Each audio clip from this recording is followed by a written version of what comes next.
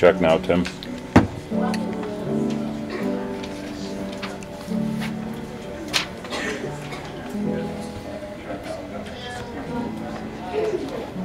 Well, I just heard it.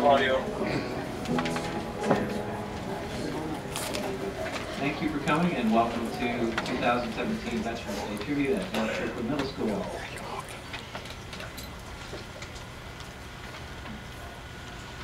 Color guard dance. Please rise. Cross the color.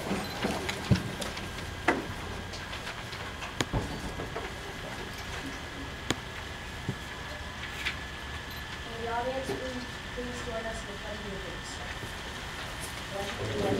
To the flag of the United States of America and to the republic for which it stands, one nation, under God, indivisible, with liberty and justice for all.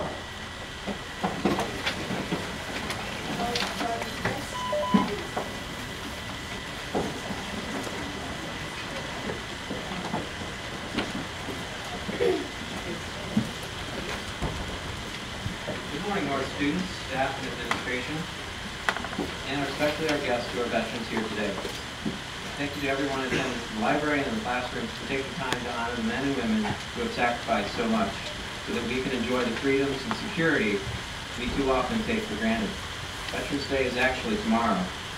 It's held November 11th every year in honor of Armistice Day, to honor the end of the First World War, which ended at the 11th day, 11th hour of the 11th month. Our nation later changed that holiday to remember all veterans, and now it is called Veterans Day. Unfortunately for many Americans, it will be a day like any other, with very little or no thought of the soldiers who sacrificed for them. What we are doing here today is necessary and is important, and I am proud to say NKMS does not let this day pass without honoring our American servicemen and women. Please rise to the singing of our national anthem by the Seventh State Choir.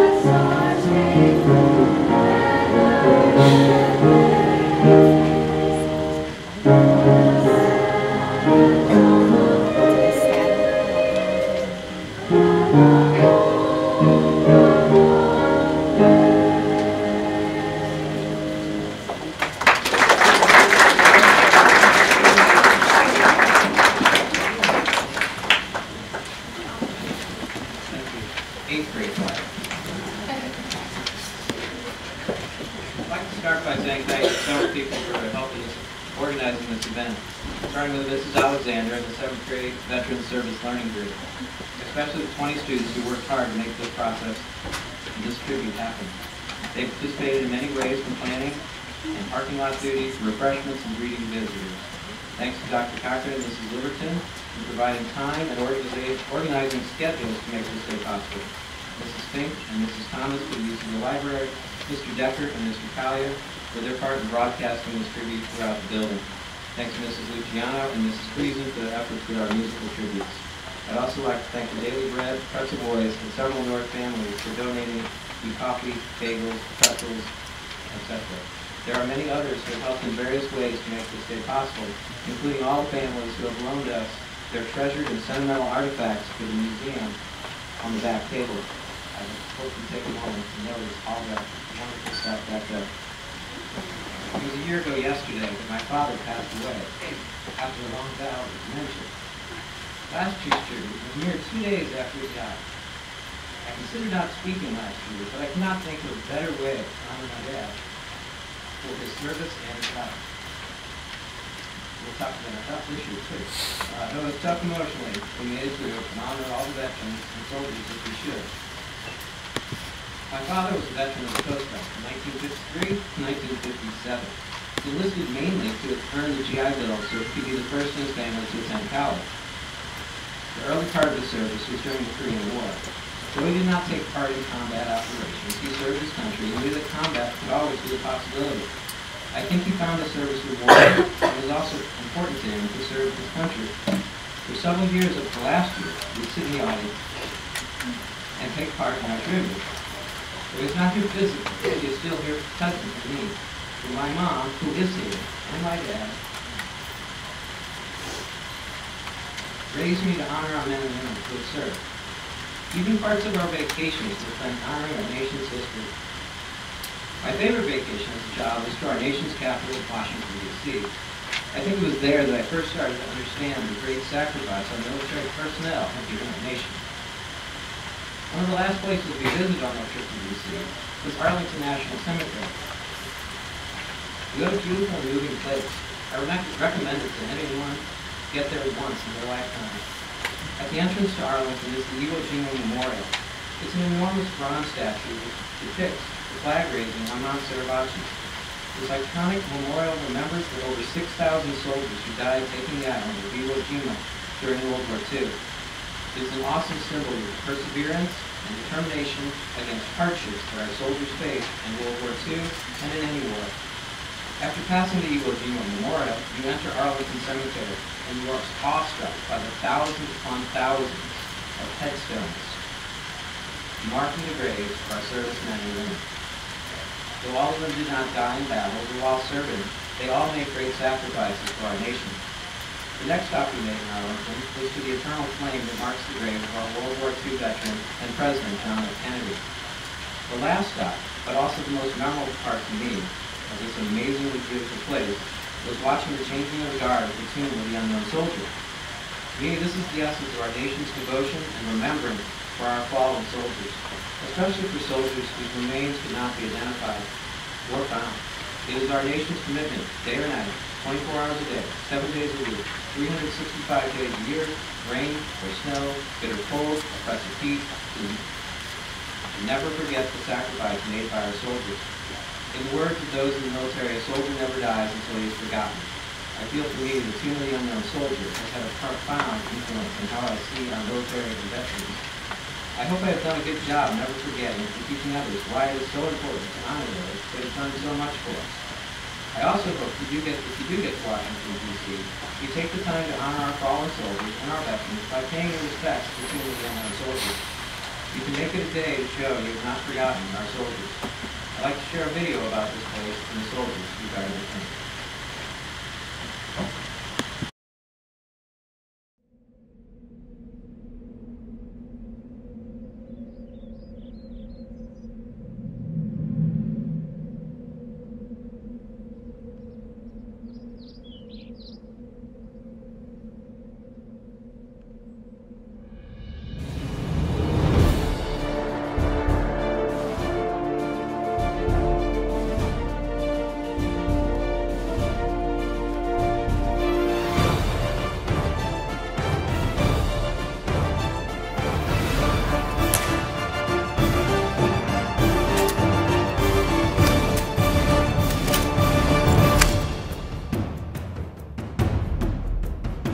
I enlisted in the Army out of patriotism.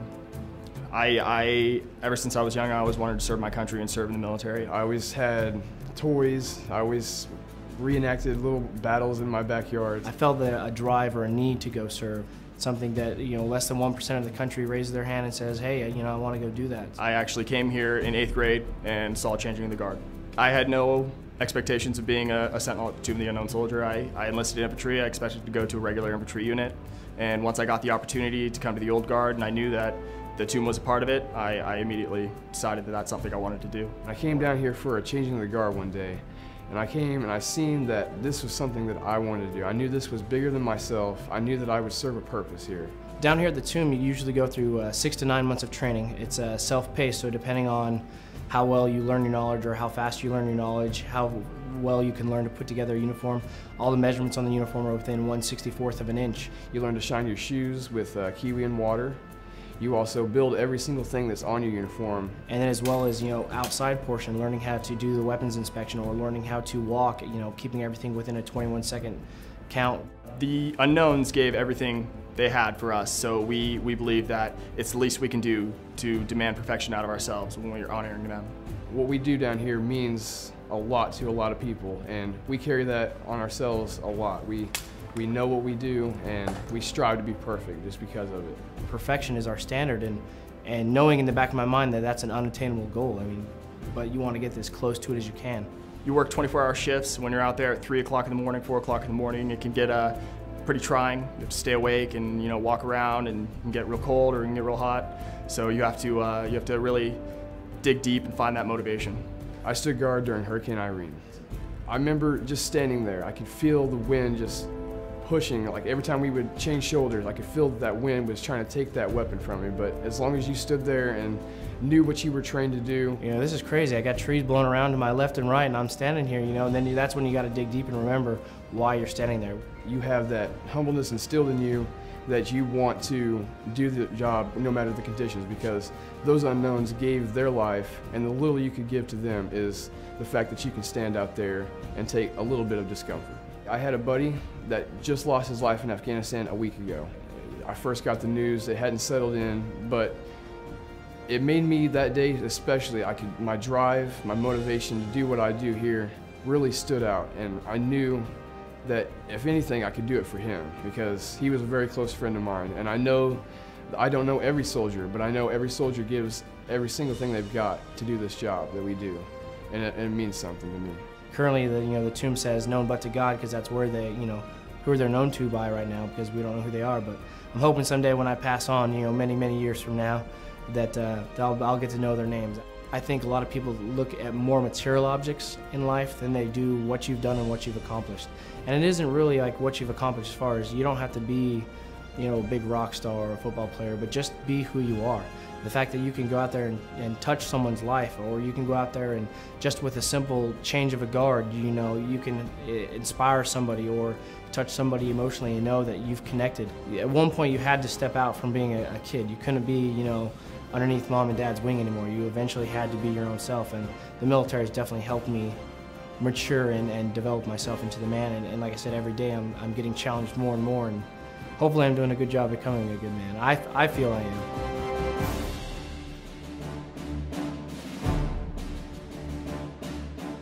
The Sentinel's Creed. My dedication to this sacred duty is total and wholehearted. In the responsibility bestowed on me, never will I falter. And with dignity and perseverance, my standard will remain perfection. Through the years of diligence and praise and the discomfort of the elements, I will walk my tour in humble reverence. To the best of my ability. It is he who commands the respect I protect, his bravery that made us so proud. Surrounded by well-meaning crowds by day, alone in the thoughtful peace of night, This soldier will in honor glory rest under my eternal vigilance.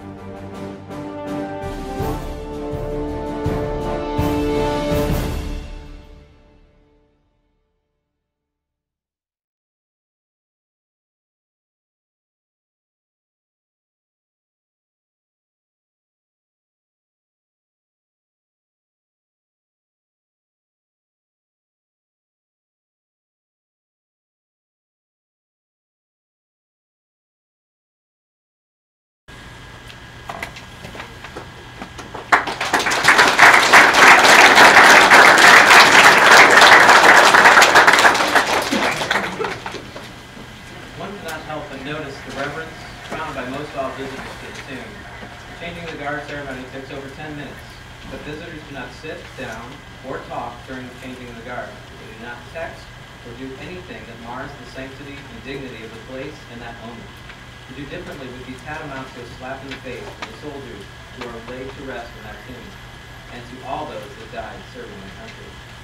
I've noted this year, and I've noted in other years, that some of my homeroom students do not always take the effort to stand for the Pledge of Allegiance or to stop their conversations. I think the small act once a day to stand for 15 seconds to say the Pledge of Allegiance. We are saying it for,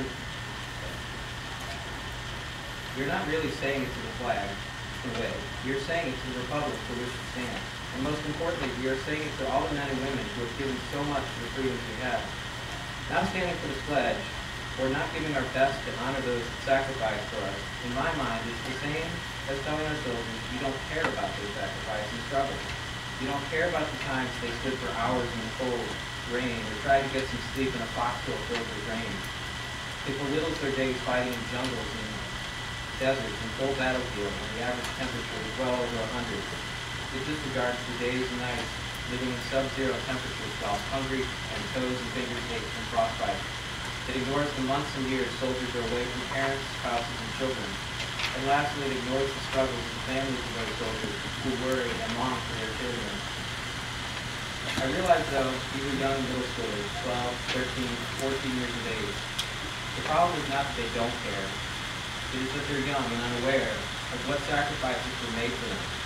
It is our job as parents, educators, citizens to bring to light to them what freedoms they have and they did not come freely.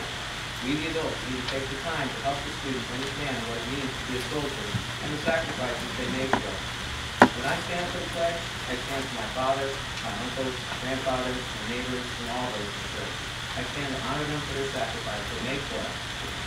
Showing me care and respect those that gave so much is sometimes as simple as standing up.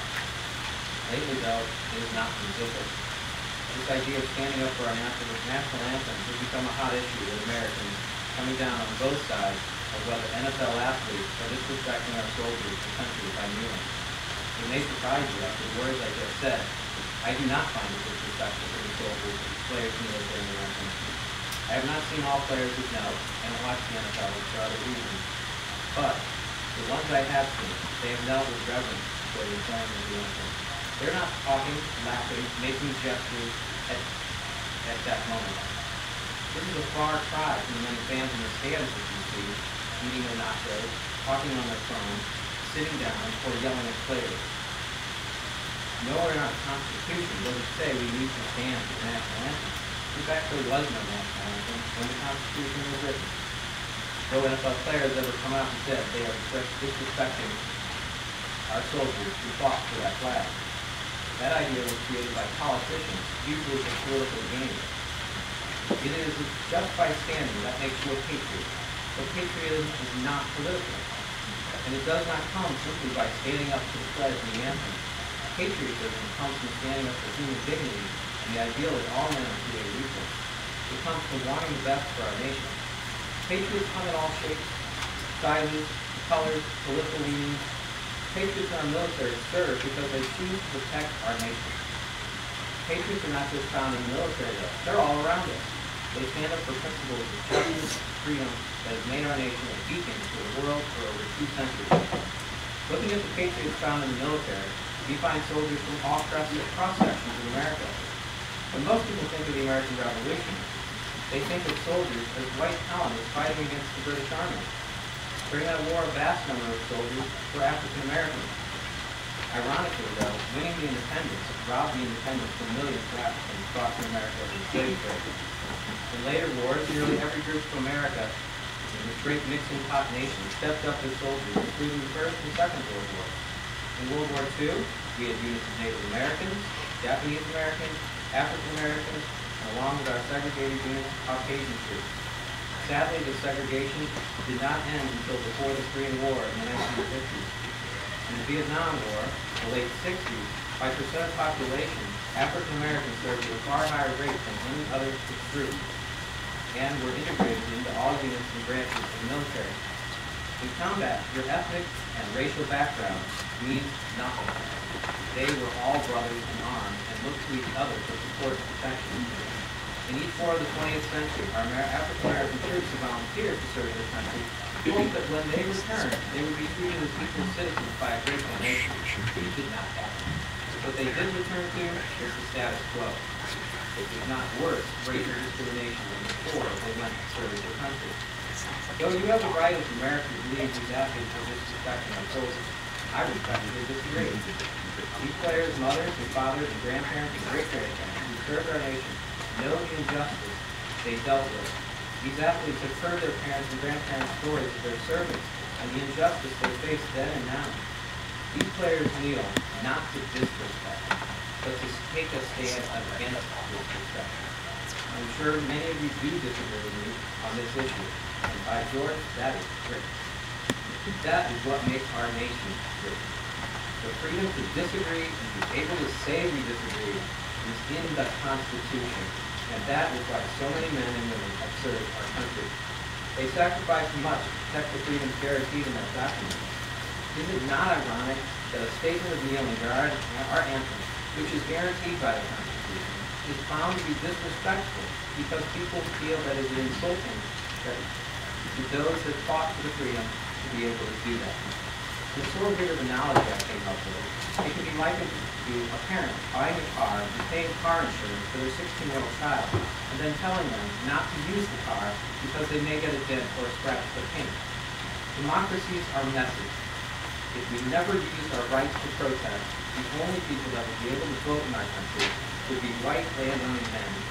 Slavery might still exist, and children might still be working in coal mines and sweatshops. So, to all students in my classes and all students here at Miller, please don't forget our soldiers. If you want to do anything other than stand up and be respectful during the pledge and anthem, I hope you have a legitimate and meaningful reason to do so. If not, you have lost sight of all the blood, sweat, and tears our servicemen have done for you to enjoy the freedom this great nation offers. Do not let our soldiers die by forgetting them. Not today, not tomorrow, Veterans Day, or any day thereafter. Freedom is not free. It has been earned by the people we honor today. At this point, we'd like to honor all soldiers who served our nation and made the ultimate sacrifice and died in service to our country. Wyatt will read the poem in Flanders Fields, probably the best known poem of the First World War.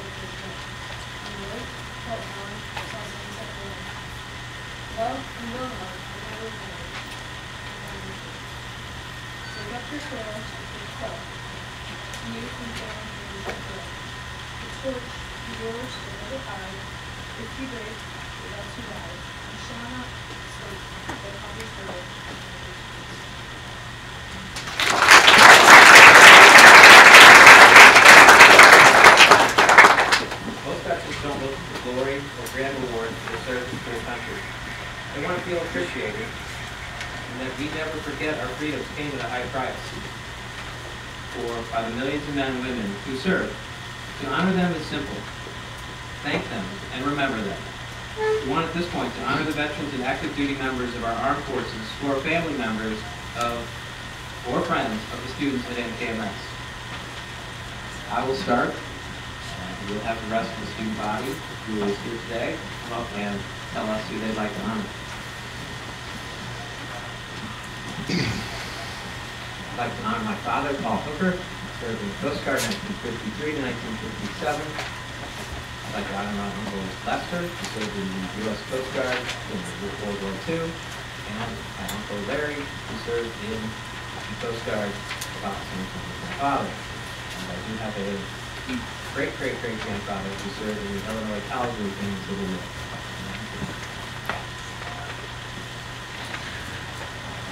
I would like to honor John Lowe, my grandfather, who served during the Vietnam War in the Army. I would like to honor Matthew Browers, my father, who served during the Gulf War and Desert Storm in the Air Force. I would like to honor David Barnes, my grandpa, who served in the Vietnam War in the Army. I would also like to honor Sam Justice, my grandfather, who served in the Vietnam and Air Force in the Air Force.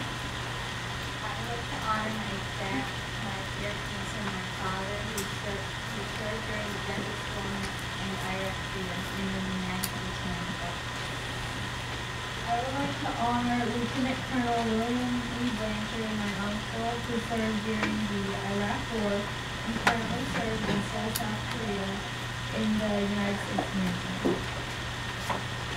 I would like to honor his mother and grandfather who served in World War II in the Army. Also, I would like to honor Larry's father and other grandfather who served in the Army. I would like to honor June Check, my grandfather, who served in the Vietnam War in the Army. I'd also like to honor Billy Cook, my great grandfather, who served in the Vietnam War, World War II, Korea, and the Air Force. I would like to honor Dennis Bidlaw, my great uncle, who served during the Vietnam War in the U.S. I would like to honor James Colley, my grandfather, who served during World War II in the Army. I would also like to honor A.J. Nelson, my great uncle, who served during World War II in the Navy. I would like to honor William D. Curtis, my grandfather, who served during the Vietnam War in the U.S. Army. I would also like to honor Thomas D. Curtis, my great-grandfather, who served during World War II in the U.S. Navy Philippines. And I would also like to honor Robert E. Sanders, my grandfather, who served during the Cold War in the Army Reserve, and Marlon Johnson, my great-grandfather, who served during World War II in the U.S. Army Air Force. We would like to honor Edward Higgins, our grandfather, who served in the Vietnam War and the U.S. Army. I would like to honor my grandfather, Michael Trout, who served in the Army during the Korean War. I would like to honor Larry Stewart, my grandfather, who served in France from 1964 to 1968 in the U.S. Army Military Police. I would like to honor Edward Bell, my great uncle, who served during the Vietnam War. I would like to honor John Logan, my grandfather, who served in the Vietnam War in the Army. I would like to honor Michael Yanish, my grandpa, who served during Vietnam in the Army. I would like to honor James Epperson, my great-grandpa, who served in World War II in the Army. I would like to honor Chris West, my uncle who served in the Iraq War in the Army. I would like to honor James Kelly, my grandpa who served during the Vietnam War in the Army. I would like to honor Major West who served in the Army. I would like to honor David Foster, my grandfather, who served in the Army during the Vietnam War. I would also like to honor my other grandfather, Tom Bering, who served in the Army after the Vietnam War.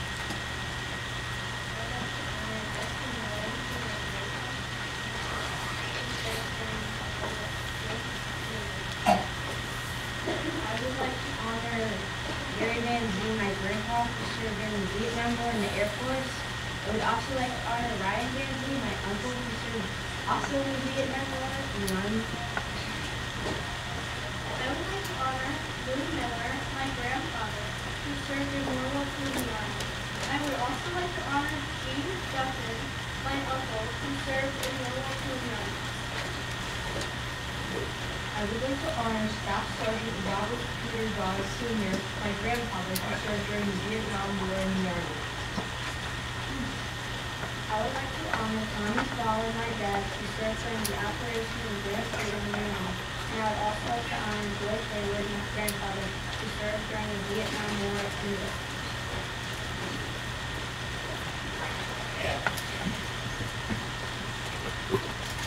I would like to honor Simone King.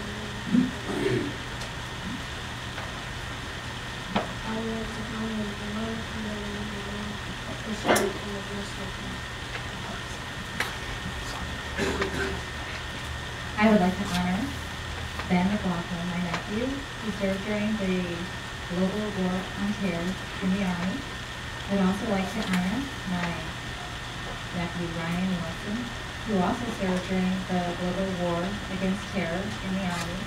And finally, I'd like to honor my father, Robert C. Vitas, who served in the Korean War in the Navy. I would like to honor Gary Russo, my grandfather, who served in the Vietnam War Navy.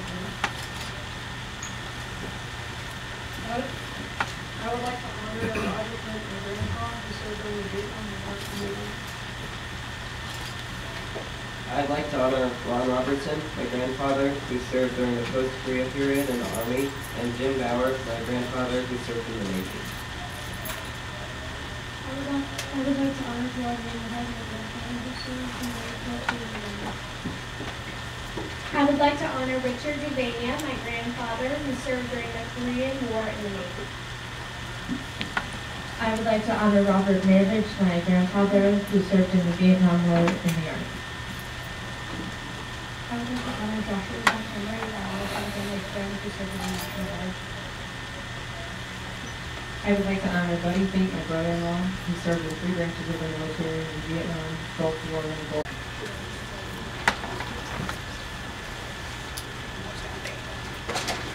I would like to honor Gregory Jenkins, my grandfather, who served during the Vietnam War in the Army.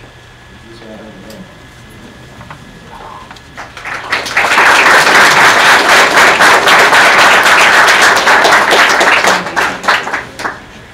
I would also like to honor Ronald Taylor, my dad, who served in the U.S. Army and the U.S. Army Reserves.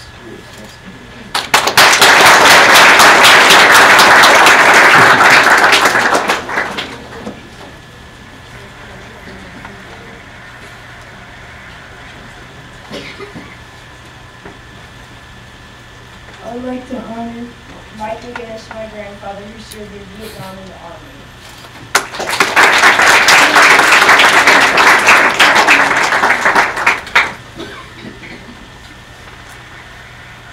I would like to honor Roger Smith, my grandfather, who served in the Vietnam War in the Army.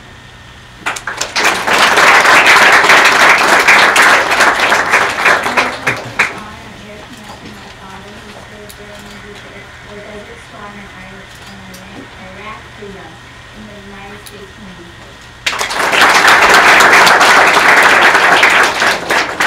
I would like to honor John Gilman, my grandfather, who served during the Vietnam War in the Army.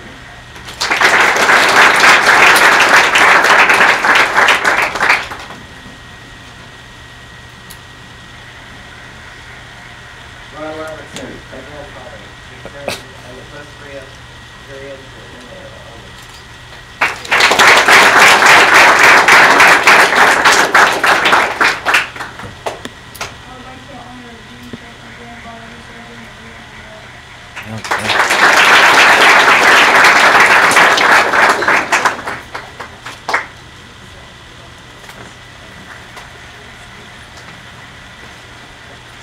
I would like to honor my stepfather, John Thurston, who served in the U.S. Navy from 1951 to 54, and Missouri Air National Guard for 7 years in Operation Desert.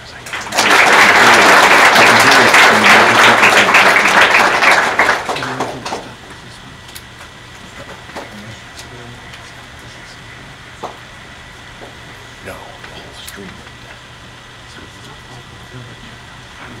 I don't know. I mean, I know that it wasn't. I would like to honor my grandpa Couch, who served in the Korean War.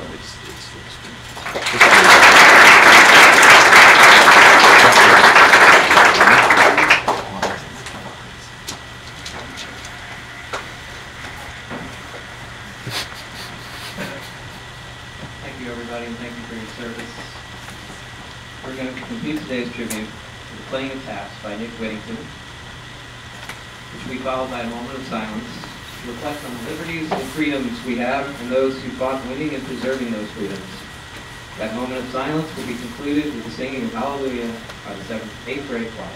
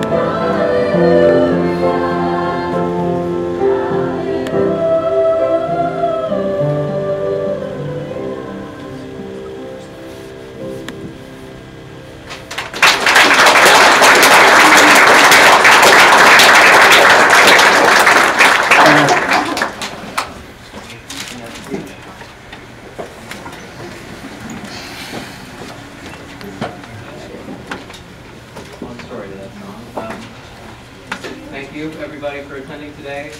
Remember, tomorrow is Veterans Day, but every day is Veterans Day. Honor them, thank them, and have a great day.